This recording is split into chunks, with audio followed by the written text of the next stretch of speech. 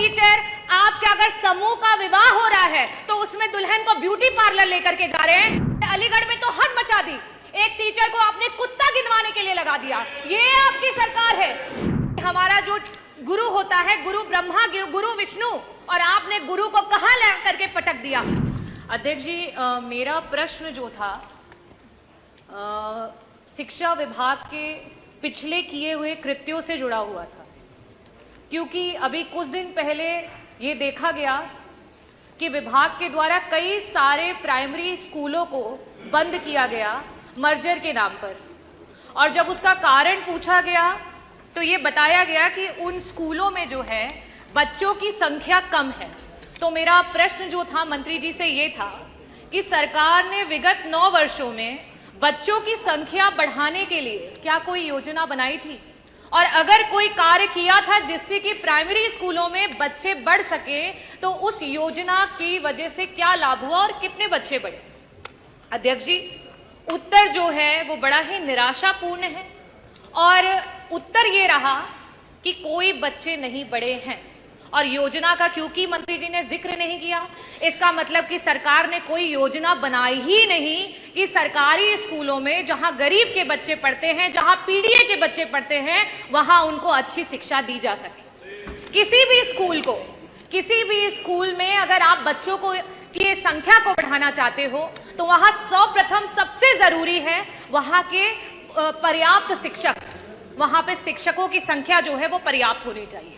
दूसरी जो सबसे जरूरी चीज है वो है शिक्षक, और साथ ही साथ जो बच्चे वहां पढ़ रहे हैं उनकी शारीरिक और मानसिक दुरुस्ती। और लास्ट में जो मंत्री जी कायाकल्प की बात कर रहे थे, खैर वो तो काया और कल्प सभी धरातल पर देख सकते हैं, जो कि है बेसिक इंफ्रास्ट्रक्चर।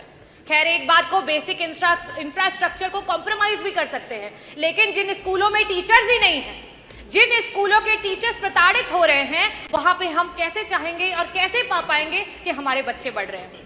मेरा पहला प्रश्न जो है मंत्री जी से ये है कि आज 9508 ऐसे स्कूल हैं जो सिर्फ और सिर्फ एक टीचर की वजह से चल रहे हैं, और कई सारे ऐसे स्कूल हैं जहां सिर्फ और सिर्फ शिक्षा मित्र हैं।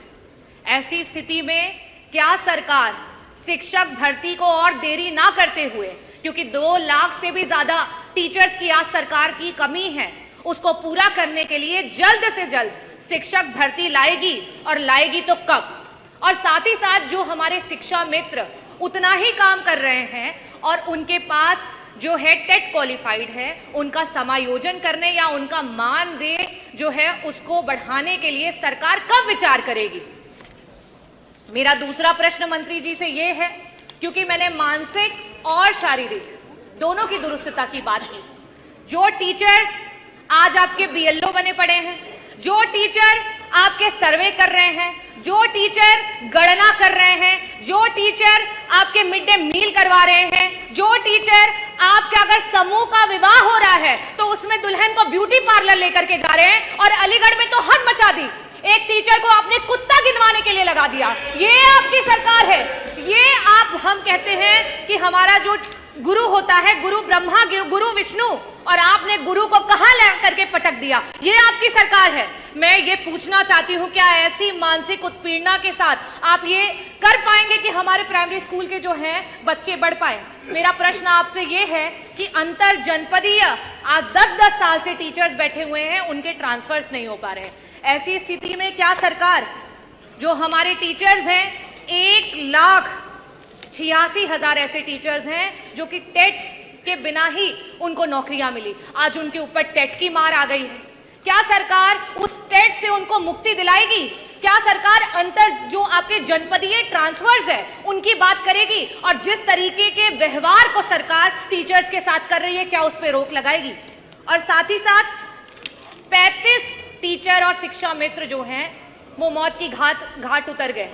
बीएलओ के रूप में वो काम कर रहे थे और उन्होंने आत्महत्या कर ली। इन लोगों के लिए क्या सरकार उनके परिवारों में एक-एक सरकारी नौकरी और साथ ही साथ मुआवजा देने का काम करेगी? मैं बस इन 3 प्रश्नों के स्पष्ट उत्तर चाहूंगी कि सरकार अवश्य दे। बहुत बहुत धन्यवाद।